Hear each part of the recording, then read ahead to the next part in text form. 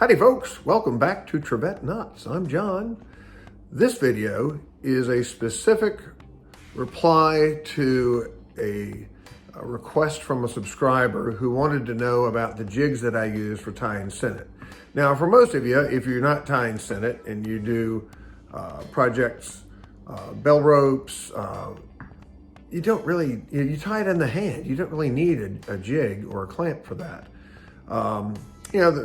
Some differences would be if you're tying mats, you might pin it down or make some sort of an arrangement to do that accurately. But when you're tying Sennit, and you're tying a lot of it, you need a nice chair and a way to clamp the ends of the line that you're going to be tying, because you're going to be sitting there for a while and you need something to securely clamp the end that you're starting with. So this is an explanation and kind of an expose of what I came up with and what I use on a pretty much daily basis. Hope you enjoy it. So let me go over this, and just to, even though I don't expect that you want to build a table like this, you might want to if you're doing what I'm doing. This table was built by a very good buddy of mine, Ned Richardson. And we call Ned Overkill because I drew out plans for this. It's fur 2x4s, on edge, glued together. And Ned made it way better than I needed it to be, but I'm really happy he did. It's a remarkable table, perfect for what I do. This was designed to be, it's 31 inches in its depth and 60 inches wide side to side, and perfect for laying out frames. And I love it. Anyway, as a matter of fact, Ned is the one who did the tiers on that last frame I did. So I didn't have the capability of doing that, but he did. He did a nice job. So folks, this is one of the clamps that I've been using. I made this kind of in haste. I needed two of them to clamp either end of sword mat. But now I just use one at a time, or if I'm doing sword mat, I have two to use. And there's some other component pieces that make this more practical as well. I'm making another one because I wanted to just tweak some things. So here's the base, and it's just 1x8 pine. I'm using 3.5 inch, and larger I'm using 3/8 bolts, carriage bolts. And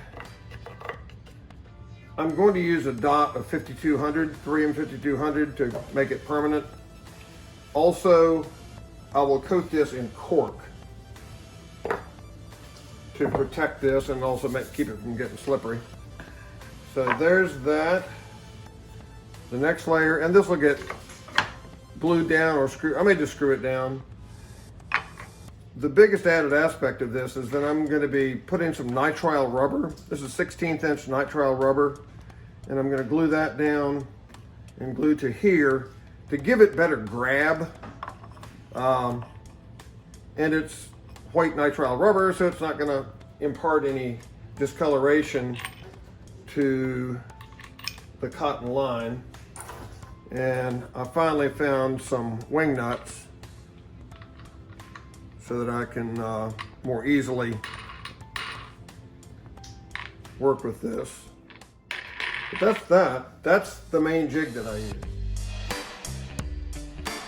When I started out tying Sennit, making frames, here's what I did.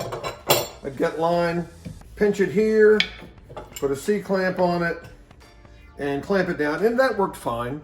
But then one day I decided to make sword mat. So I needed to do this. I needed to have something clamping both ends. So I needed to stretch this out. So that's the day I made this first one.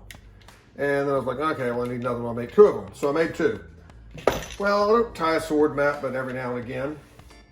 And, but this was very practical to set, I would take this and use a C-clamp, clamp this to the edge, and tie it over the edge. But as I started the channel and began doing videos, I thought, who wants to look at my legs and my feet? Let's put this up on a table.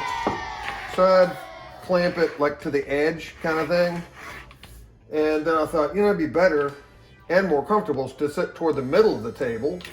So, but I didn't want to reach all the way back here because I clamp it with a bar clamp back here. Also, this table is designed so that it has recesses all the way around the edge so I can clamp it anywhere.